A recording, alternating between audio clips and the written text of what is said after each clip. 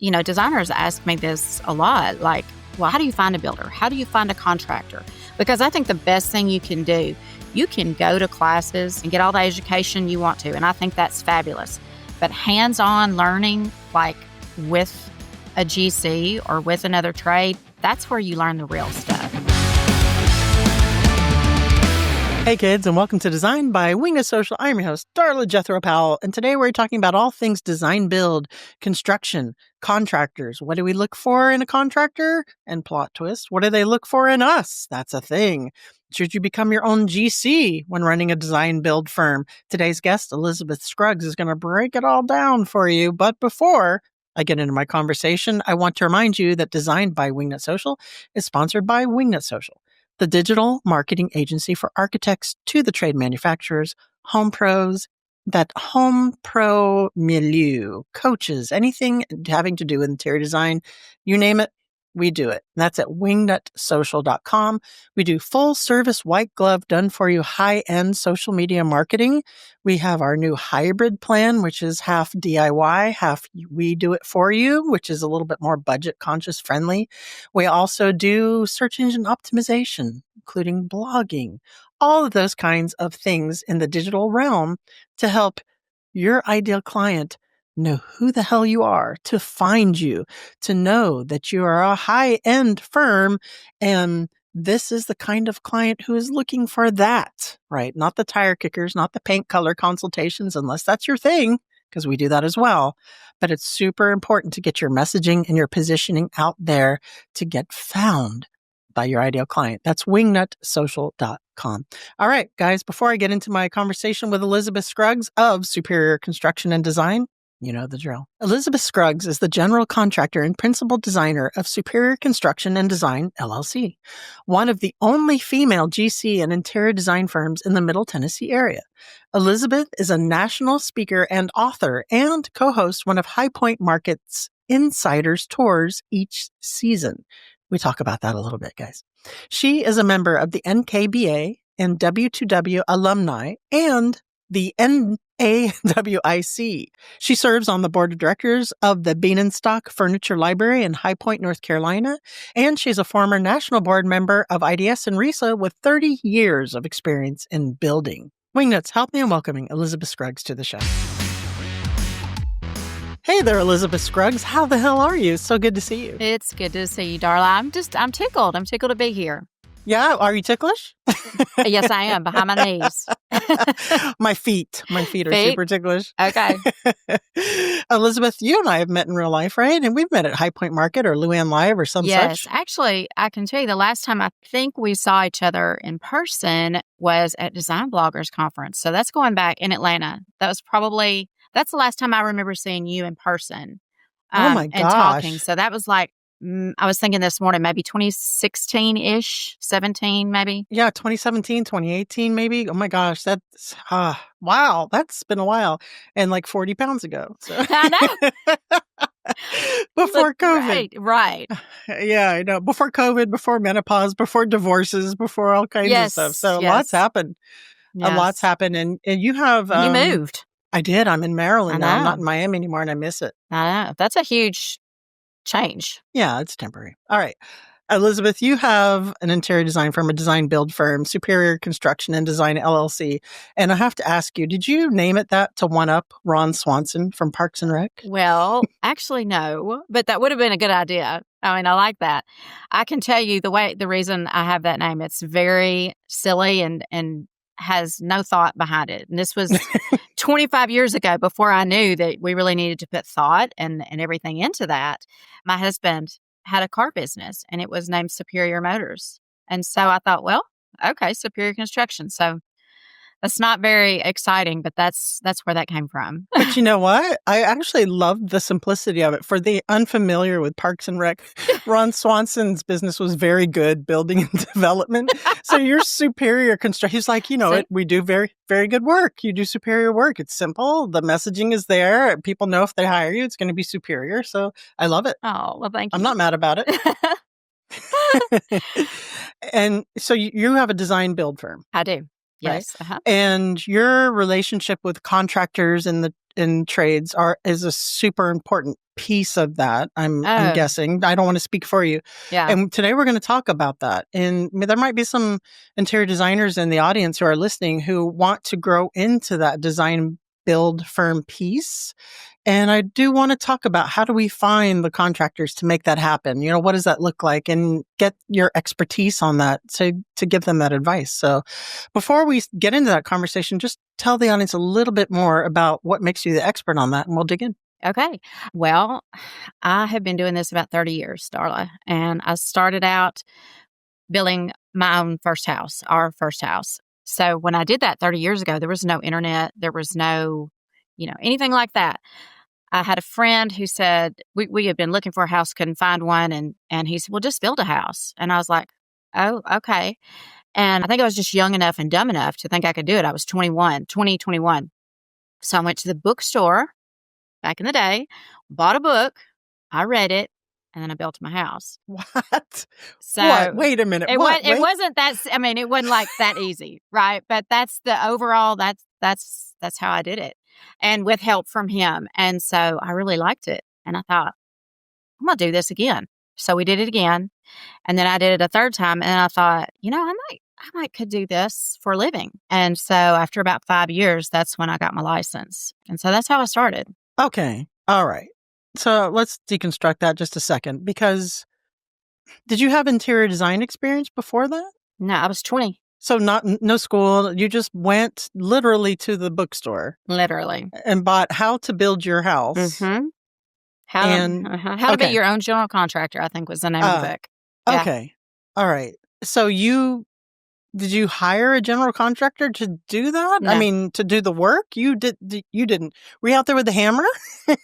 Well, sometimes I was out there learning a lot. I was really Okay. interested in, the nuts and bolts of the process, because construction is a process, just like a design plan. Building a house is a process, and there are steps that have to happen before the next thing that can happen. So learning that process was pretty fascinating to me, and I worked through that, and I had help. So the friend that I initially said, told you, said, just build a house. He had built one or two himself. And he said, I'll help you, And he is my husband's best friend. So he kind of talked me through that. And in the process, I met another friend who actually I would say is my mentor now for the last 30 years, has helped me with everything. If I ever had a question or whatever during the process, I can always call him. So which I think is really important in designing or building, is to have a mentor, somebody that's several years ahead of you that, you can look to. So, yeah. Well, that is a crazy story. So from that, you decided, hey, I could be pretty good at this. Let's do a whole design build firm. Yeah. Yeah. Well, I started out construction. I was going to build houses, and I'd always been, interested in interiors, and everybody always said, "Oh, your house looks so good." You know how we all start out that way. Well, as I was building or remodeling, or whoever I was working for, they'd be like, well, what paint colors do I need? What flooring do I need? So it kind of organically grew that way until we were just doing the whole process.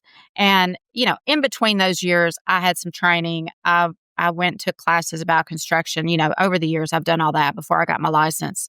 And then it's just evolved over the last 30 years to where we are now. I adore this. Oh, Talk about having gumption and that entrepreneurial spirit and just getting out there and doing it. My goodness, I think this is the most complicated self-taught kind of start, right? Even though you had the mentors and everything, because a lot of the interior designers listening in the audience, and myself included, kind of a self-taught decorator, interior designer but design build, that's really ambitious. And to see that you've been doing that for 30 years and so successful, my hat's off to you if I had a hat. well, thank you. Thank you. Absolutely amazing. So, okay. So we have the interior designers listening in the audience who want to do a design build firm.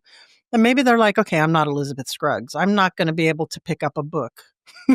And my husband doesn't have a best friend who can mentor me for 30 years in construction and design. what is the first thing that you would recommend to them in order to be able to find that mentor, to find that person who's knowledgeable in construction and design to partner with to help to grow their business in that way? Yeah.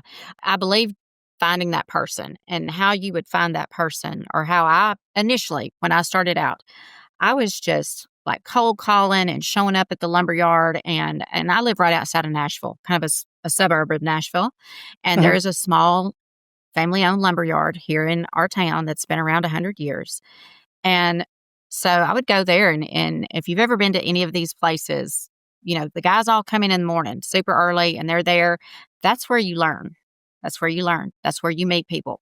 So I would go and I would talk to the guys behind the counter. And again, now we're going back 25, 30 years ago, Darla. You have to remember things were different then. So Yeah, oh yeah, I was there. initially, yeah, yeah.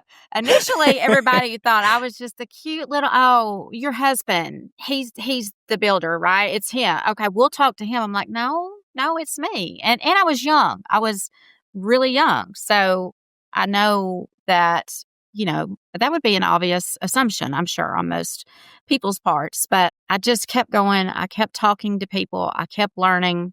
And I tell, designers ask me this a lot, like, well, how do you find a builder? How do you find a contractor? Because I think the best thing you can do, you can go to classes and get all the education you want to. And I think that's fabulous. But hands-on learning, like with a GC or with another trade, that's where you learn the real stuff. So, if you can, what I did and what I tell other designers to do is go to the big box stores, the big box lumber stores. You know where I'm talking about. Yeah. Go to the pro desk and form a relationship with the guys and gals there. They know who the good contractors are, who the ones are that pay their bills, that are consistent, that do a good Important. business. Right. They have the skinny on who's good in your area, and leave your cards, network, hang around, get a cup of coffee. They always have, popcorn or coffee or whatever, and meet some people. And you will find that contractors are looking for people to network with nowadays. Back then, not so much. It's kind of the good old boy, we work with who we work with and that's it, and it was definitely male dominated. But now things are a little different. But that's my, I think, biggest tip is to go to those pro desks and get to meet those people. Go to your paint store and get to meet the people there. And yeah, that's a really good take, Elizabeth. And that's something that no one has even mentioned to us, or something I didn't even think of as an interior designer. I found my contractors through, if I remember correctly, I think they were through kind of referrals of people that I knew, or maybe even Googled the internet, because I did have it when I started. yeah, And it was kind of hit or miss for me. But if I had thought at the time to go to like you're saying, like go to Home Depot or go to Lowe's and go to the pro desk and start building those networking relationships, I think I would have had a lot different time. I had a couple of horror stories with some of the contractors that I did find. yeah, And maybe the work wasn't up to where I wanted to, or someone recommended them, but they recommended them. Their standard wasn't my standard, for having an interior design firm. And I had a lot of horror stories. So what do you recommend for the audience, for the members listening, to look for, right? So even if they get a good recommendation or they have someone, when you're an interior decorator, interior designer, and you don't have the knowledge or the talent, really, let's call it what it is, that you have for that with the construction, we don't know what we don't know sometimes. So right. what are some of the things that we're looking for as far as, we know the end product, right? For work quality. Well, I guess what I'm getting at is, how do we know what we don't know when we're working with a contractor, right? If they are up to our standards, or if they are up to, because some of the stuff that goes into building a house, we're not architects. We do have Right. architects listening, or you could probably answer that a lot better than I asked it, but I think you know where I'm going with that. Yeah, yeah. Like, how do you find a good contractor, or know that somebody is a reputable, knows what they're doing? Maybe. Yeah, who knows what they're doing when we don't really know what we're doing when it comes to that. I can tell you this: if they drive $100,000 truck and are real flashy, that does not pre-qualify them to being a good contractor. A lot of builders, the first thing they do when they start building is they go out and they get all the things. That doesn't mean they're good. Some of the best builders I work with drive $1,000 truck. well, not $1,000. You can't buy a truck for $1,000, but you know what I'm saying. They don't put on a big show. They're quiet. They put their head down. They do the work. Yeah. That's another reason I was referring to the pro desk before. Like, I look for character. Character and integrity, I think, I know are two huge qualities, and that will determine a final output of a product to me, along with knowledge, of course. Right. But with those pro desks, when I mentioned, they know who pays their bills. Well, if somebody's paying their bill and they're consistent, they're likely going to have a good process and a good work ethic.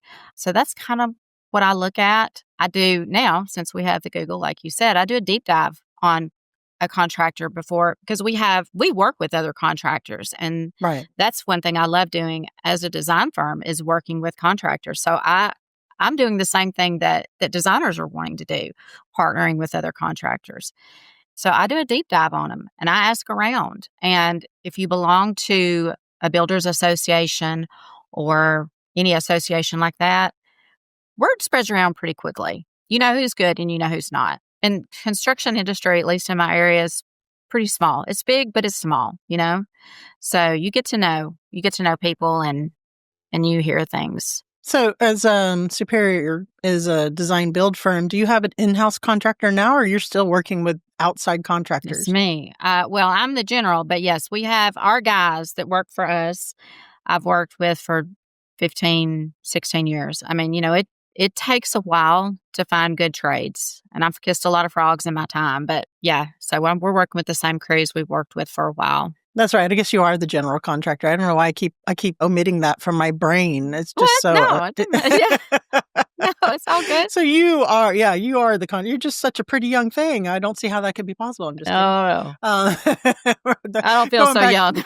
It's 30 years ago, right? Yeah.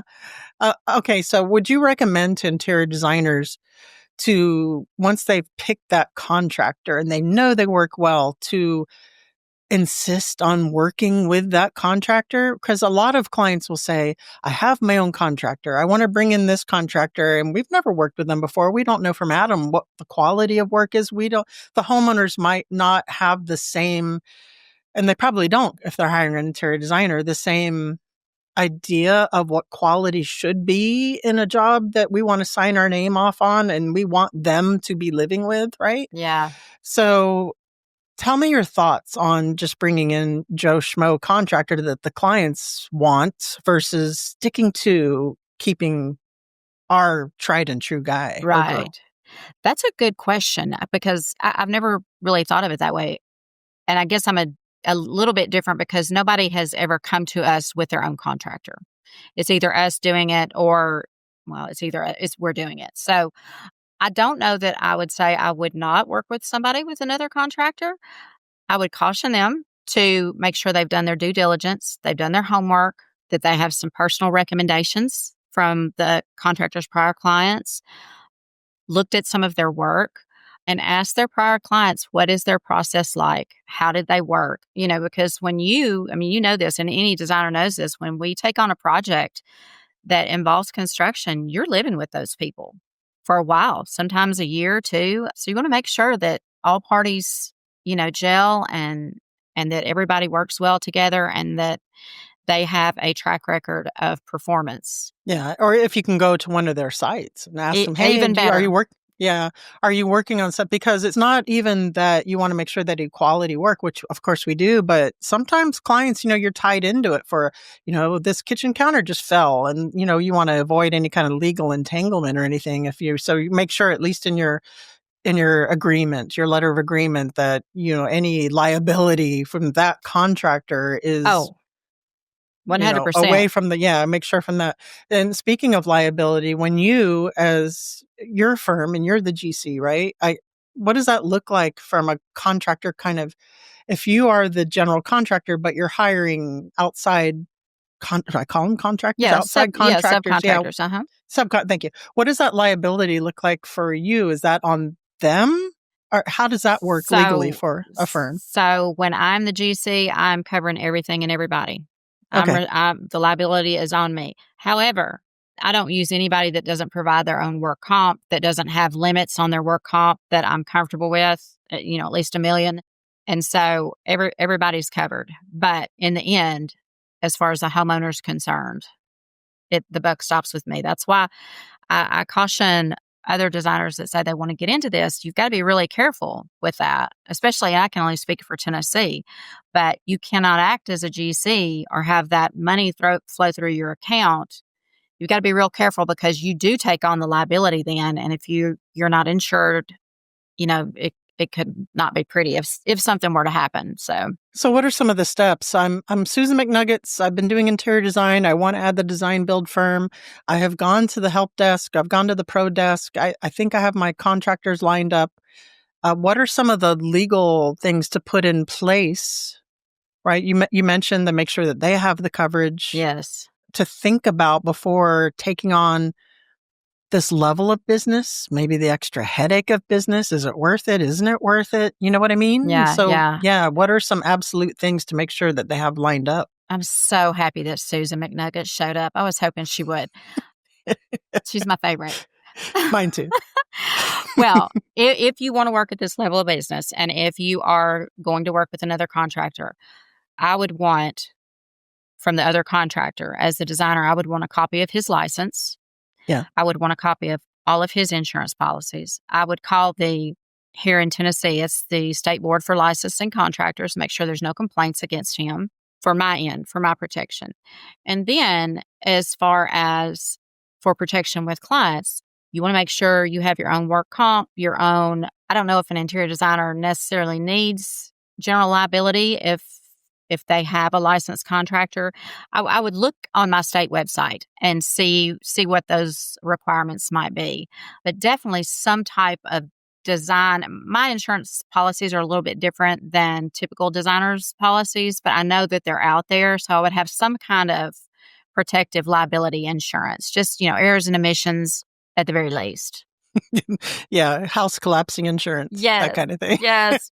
Does the interior designer need any kind of legal agreement between themselves and that trade and that contractor? So, yes, you, as the interior designer, you would have a contract with your client. And then this is the way I do it when I'm working with another contractor. I have a contract between myself and the contractor stating what I'm going to do for him and my expectations of him.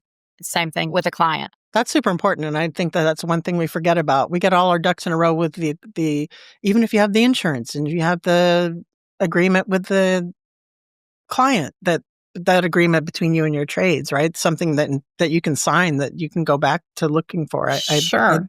I think it's so important. One thing that I did experience when I was when I had my interior design firm in Miami with the contractors, even with the contractors, we finally had great relationships with, did great work. I love signing my name to their work. When we would show up on site, the contractors would be like, Yes. because that's typical, right? Interior designers out there are like, oh, I know. They don't really like to see us on site a lot because they know we're going to say, okay, can we do this? Can we do that? Can we adjust that? Right. So I know that communication and setting up those expectations are key with contractors. What is some of your advice there? As far as an interior designer between them and the contractor? Yeah. So they're not rolling their eyes and sighing when we show up on the job site. Yeah. Well, when in my initial meetings with a new contractor, I will explain to them my process, just like I'm explaining it to a prospective design or construction client. And I send my contractors weekly email updates, just like I do my clients. And I tell them what we're working on, what we've done this week, and what we anticipate doing next week. So I think communication, and this sounds boring and simplistic, but I think everything boils down to communication between all parties. And if we can keep that as clear and concise and simple, it's the best. That's how we get the best outcome. Yeah, if you're going to be vague, yeah, you're not going to get what you want. You are going to be going on site and they are going to be rolling their eyes, but clear exactly everything. And then just communicate with them. And I do tell my contractors, I'm not here to work against you. I am here to help you. And that's if you can communicate that with them from the get-go. We're here to help you. We're not here to change everything, change the whole plan, because that's how they envision us. And I can say that because I'm with them all the time. And they're like, ugh, just like you said. But if you can communicate that, like, we want to help you. We want to help you make the most money. We want to help you look good. Ding, We're ding, here ding. yeah. And that's when you start talking their language. When you talk about money. Yeah. One thing I wanted to ask you that's aside from the construction thing is you are on doing the High Point Market Insiders Tour. You're an Yeah. insider. Is that how we refer to you as? Okay. Tell me a little bit about that and why we're doing it. Okay. So the Insiders Tours are offered by High Point Market Authority and Esteem Media. And we are a group of designers who lead new designers through market. And so the first Saturday of every market each season, we have our group of 15 designers and we lead them through market. We show them the ins and outs, how to get around, how to navigate transportation, how to, get from A to B. And as you know, High Point is a massive, massive place. It's not just one or two buildings. It's a whole city. So we work with Market Authority and Esteem Media to create an experience for designers. And it's from 8 a.m. to 6 p.m. on that Saturday. So it's a long day, but we cram a whole lot in. We show them education. We show them where to eat, which if you're paying to eat in Super High important. Point, you're not doing it right. Because, there's Or to food. drink. Or drink. Yes, yes, that's definitely included. That's everywhere. That's everywhere. So yeah, but that's the long and short of that. But That's awesome. So you're mentoring newer design. I'll tell you why that's so valuable is when I went there, my first time ever as a brand new interior designer, I was so overwhelmed. I don't even know if this existed then. It may have. It was 2017. Maybe it did. I don't know. I don't know when they started them. Yeah. And I was so overwhelmed that I just kind of walked around like with deer in the headlights for that whole first time. I was like, okay, this is reconnaissance. Let me just get the lay of the land.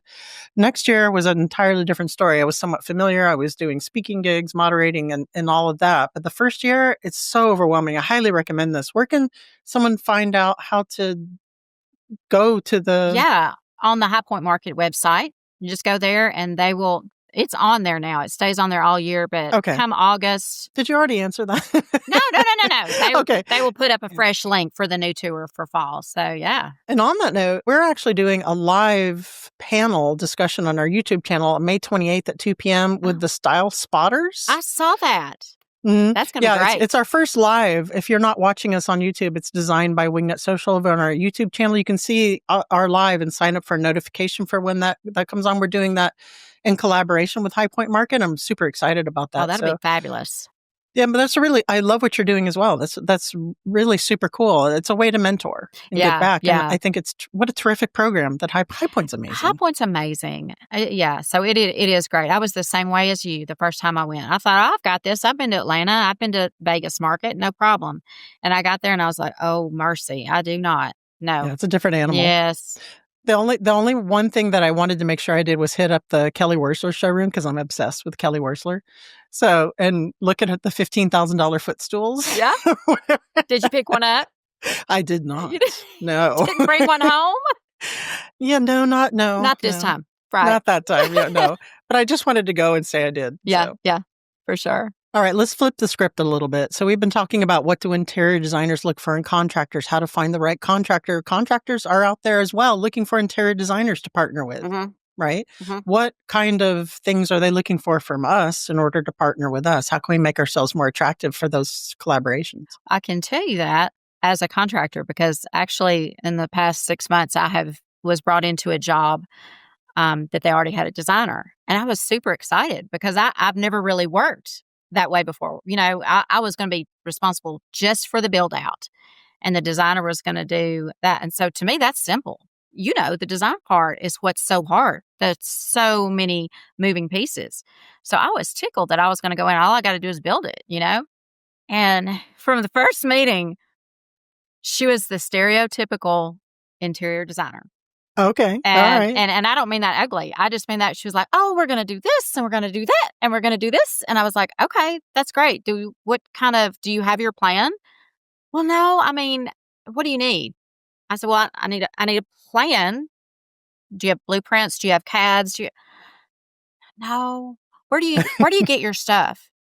And I was blown away because I was, and this was a professional building, a professional office. Oh, It was in the medical field. So I was anticipating a very high level designer. Not that you have to be high level to be concise, or, you can be at any level, but just have some processes. And professional. and she was very kind and very nice, but she had none of that. And we ended up doing the design.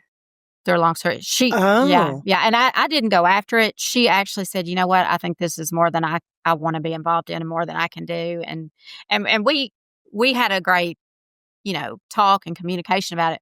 But that was my first experience going into it like that as solely the builder. So to answer your question, I think what a builder is looking for, or what I would be looking for, is somebody that could help me. Just like I said, that can show me, okay, here's my specifications. Here's all the plumbing. Here's all the lighting. Here's my flooring specifications, whatever it is. And this is my process. And what time frame what are your lead times? What's your, asking me, what is my projected timeline for this project? When do we need to have these selections here or on site? That would be what I would be looking for. And that's what I thought I was going to get. And I didn't. So, well, hats off to her for realizing that and yeah, coming to that exactly. and owning it. Yes, And exactly. I'm sure that designer left realizing, okay, I need to button up and these are things I need to work on. So even though she didn't get or finish this job, I'm sure that was very helpful for her moving forward in her career, right? With her collaborations with designers.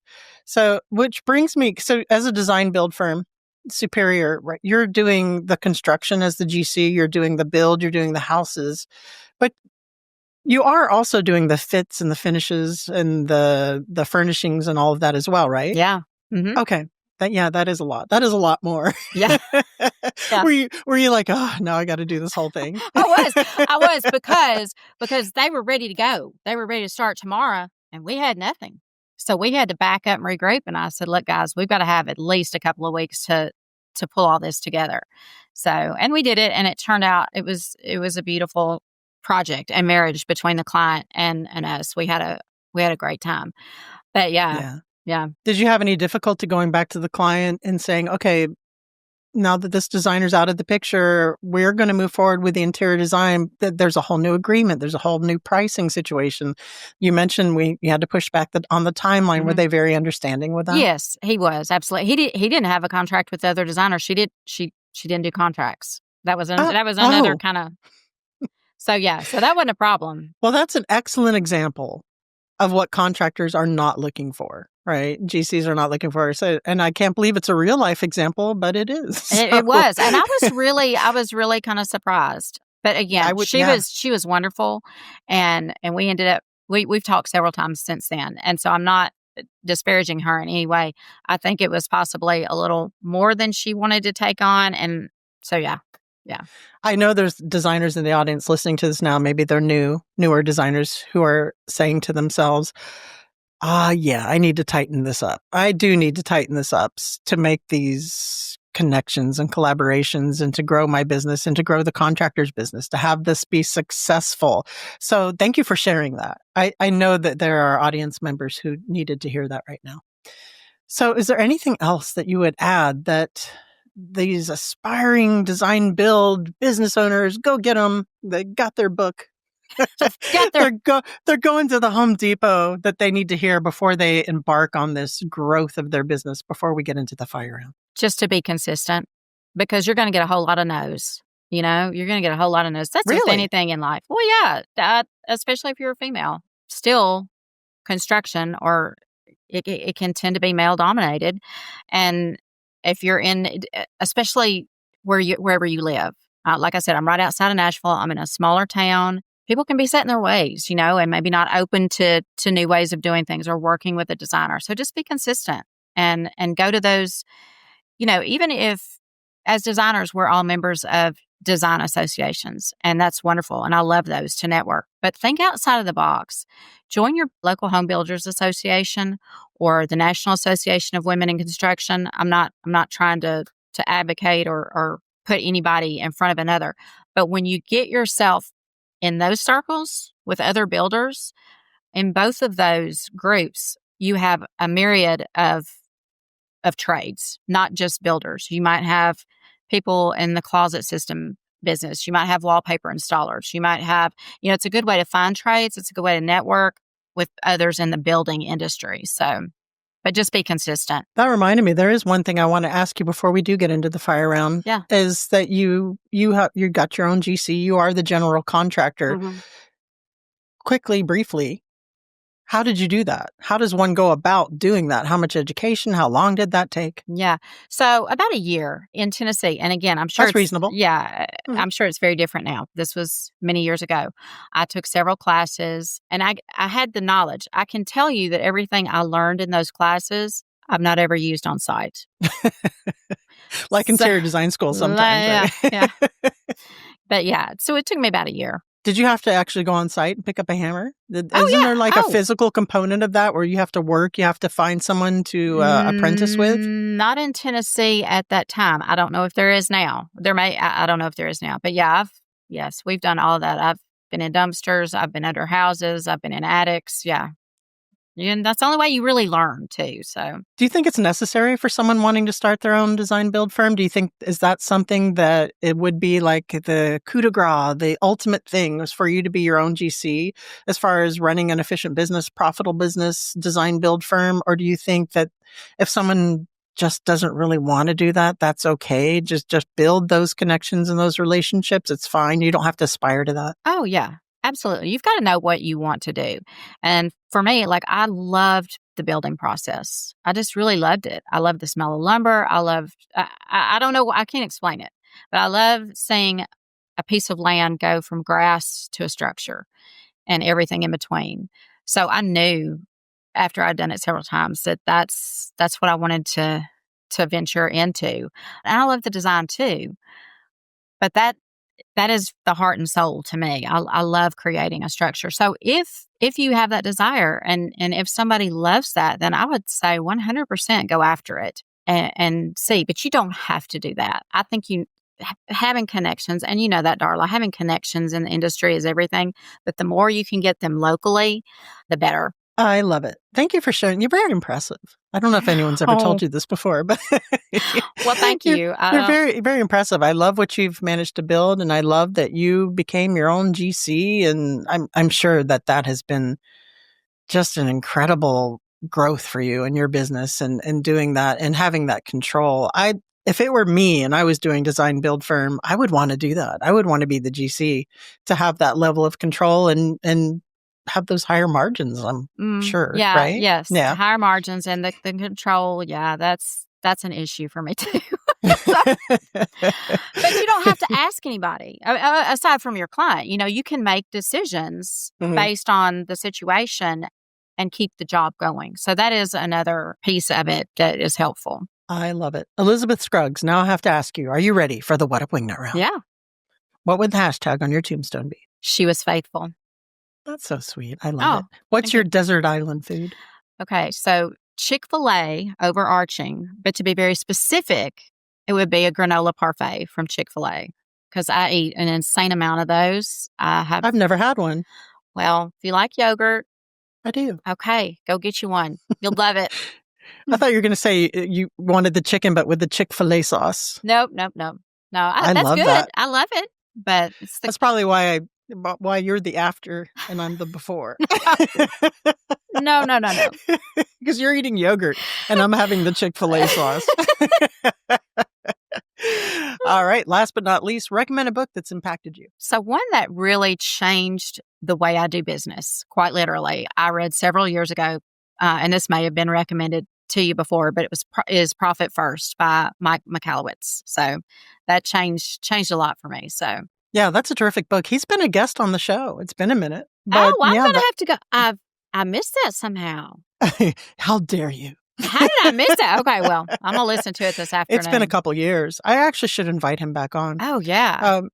We did that. We do that now at Wingnut. We try to stay. Yeah, I try to adhere to it, strictly. Sometimes you can't. You have to, invest in new things and grow and scale and things. But yeah, for the most part, it's been very helpful for me because I'm very scatterbrained. I'm good with money. kind of sometimes, but I'm kind of have ADHD. So it does help to keep, the taxes in one, the general operations in one, the payroll in another account. And sometimes it drives my CPAs crazy, but Yeah, it does mine too, but it's so helpful for me because I'm like you. I like columns and lists, and when I can see everything, it just makes it easier. yeah, absolutely. I do love it. So Elizabeth Scruggs, thank you so much Yeah. for sharing your expertise and your wisdom and being such an inspiration to the audience. Please tell them where they can go to find out more about you and about Superior Construction and Design, and we'll call it a day. Okay. I'm on Instagram, Superior Construction and Design. I'm on Facebook. I'm on LinkedIn. My website is scdtn.com. And is it okay if they reach out to you to ask you for Sure. some advice on this topic? Okay, good. All right, get ready for it. Okay. Elizabeth, thank you so much for joining. Oh, thank you for having me, Darla. My pleasure. All right, guys, that is it for today's episode. I want to remind you that Designed by Wingnut Social is over there on the YouTubes as well, where you can see us in all of our 4K stunning glory with all the guests and all of their work and all of that great stuff. So if you are so inclined, head on over to YouTube, Designed by Wingnut Social. And I wanted to let you know that on May 28th at 2 p.m. Eastern Standard Time, we're doing a special live panel, a live episode with the style spotters of High Point Market. We are working in collaboration with High Point Market, putting that together. So head on over to Designed by Wingnut Social, go to the live section of our video category there on the homepage and hit that little notify button so you can watch that. It's going to be a terrific live panel with the style spotters. We have Rashida Gray of Gray Space Interiors, Evan Millard of Millard, and Jewel Marlowe of Jeweled Interiors. It is going to be so informative and live, so you can ask all of your questions in the chat there. It's the first live we've ever done, so we're super excited about it. We're super excited to be partnering up with High Point Market for this. Again, that's Designed by Wingnut Social over on the YouTubes. Find us, show up, ask your questions. We look forward to seeing you there. All right, guys, that is it for this episode of Designed by Wingnut Social. Remember, until next time, get out there, get uncomfortable, and be great. You've reached the end of this episode of Designed by Wingnut Social. But that's only the first step into accelerating your business the Wingnut way. Head over to wingnutsocial.com or call us at 786-206-4331 to see how we can help take your business from meh to amazing. We'll see you on the next episode of Designed by Wingnut Social, your digital marketing tightly fastened.